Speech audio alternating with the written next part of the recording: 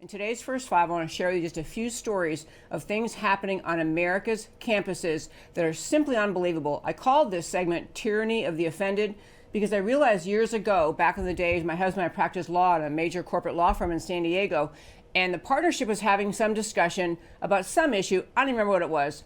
But one of the partners went off on this point that he was offended by the suggestion that the policy should change from X to Y or whatever it was, and went off on a litany of why he was offended. Well, pretty soon the entire discussion was whether or not he was justified to be offended, how we could help him not be offended, how can people make him feel better, and we're done discussing the issue. And I realized then the power of claiming to be offended, because everyone drops their arguments, the pros and cons, whatever the topic is, and turns to how can we help you feel better.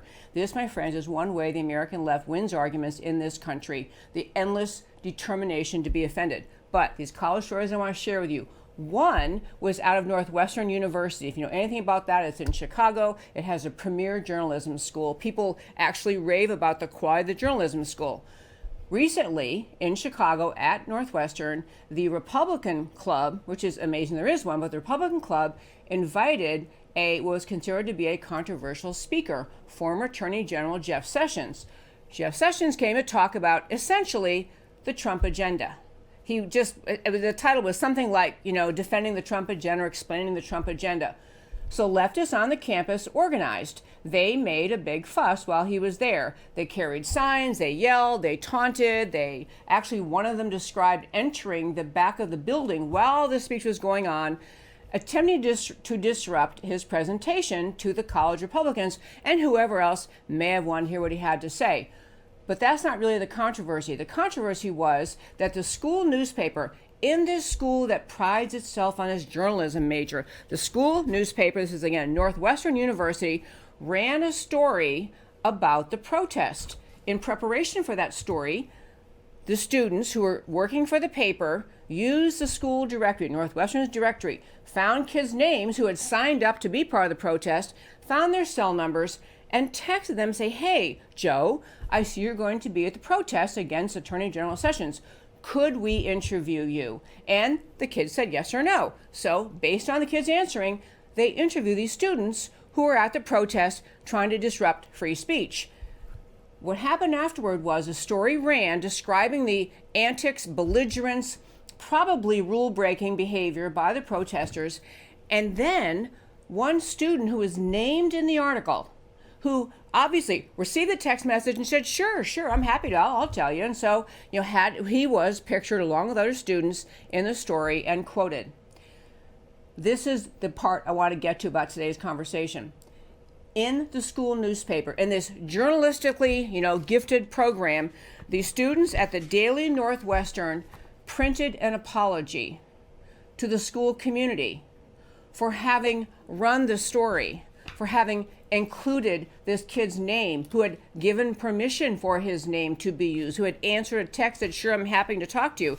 So this kid complained, and actually what was occurring in part was the kid was worried or embarrassed about the possibility that Northwestern would punish him, because actually, I guess, they probably wouldn't punish you if you just waved a sign or chanted, and they were chanting pretty ugly things, as you might imagine, because they are leftists and they dislike Trump and Sessions. But chanting ugly things, this kid gets worried he's going to be punished by the school, not for protesting, but for the behavior, which included, as I said, attempting to disrupt, getting into the building. They had a police presence trying to hold these kids back from actually disrupting the entire session. So they printed a protest, they printed a retraction, or not, they printed an apology, the journalist did. One, they said they apologized for their photo coverage of the event. They shouldn't have put pictures in the paper, because maybe students would recognize other students, maybe teachers wouldn't like these protesters, maybe somebody wouldn't like it. They apologized for running pictures in a newspaper. They also apologized for the idea that they had used this system of reaching out to students, which was not doxing them, not finding their picture and tracking them down and lurking outside their rooms. contacting them via text. Say, hey, can we talk to you? They apologized for doing that. It was insensitive. It was confrontational. It was an invasion of privacy, they actually said. They also went on to explain their choice to remove the name of a protester because they have to protect him. Because Northwestern is so ridiculous, they might actually punish him for his conduct. And they had a big family meeting of the newspaper. They talked about they were just so embarrassed and they were going to change their policies and work with the community. And they humbly, it was a groveling level article apologizing for covering the story. And this is a good segue into what we're going to be talking about today with our guest joining us in just a moment. We have college students who think in a journalism program that they should apologize for covering facts. Apologize for putting someone's name in the paper who agreed to be in the paper. We have students protesting who are outraged by the idea that former Attorney General Jeff Sessions came to campus to talk about why he supports Trump's policies.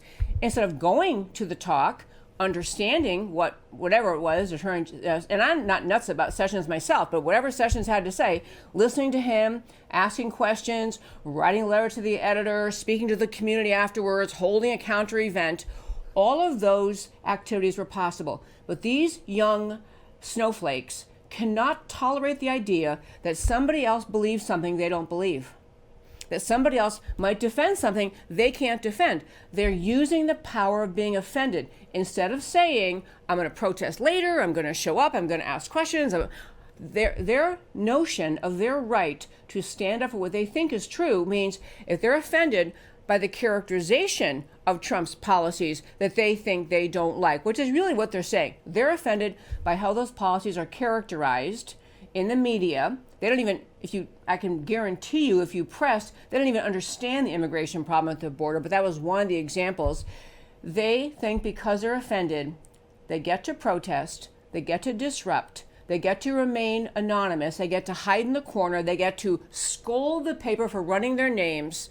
But the one thing they don't have to do is ever understand the issues. They simply have to say, I'm offended, and all the world, at least in academia, bows down. And that, my friends, is today's First Five.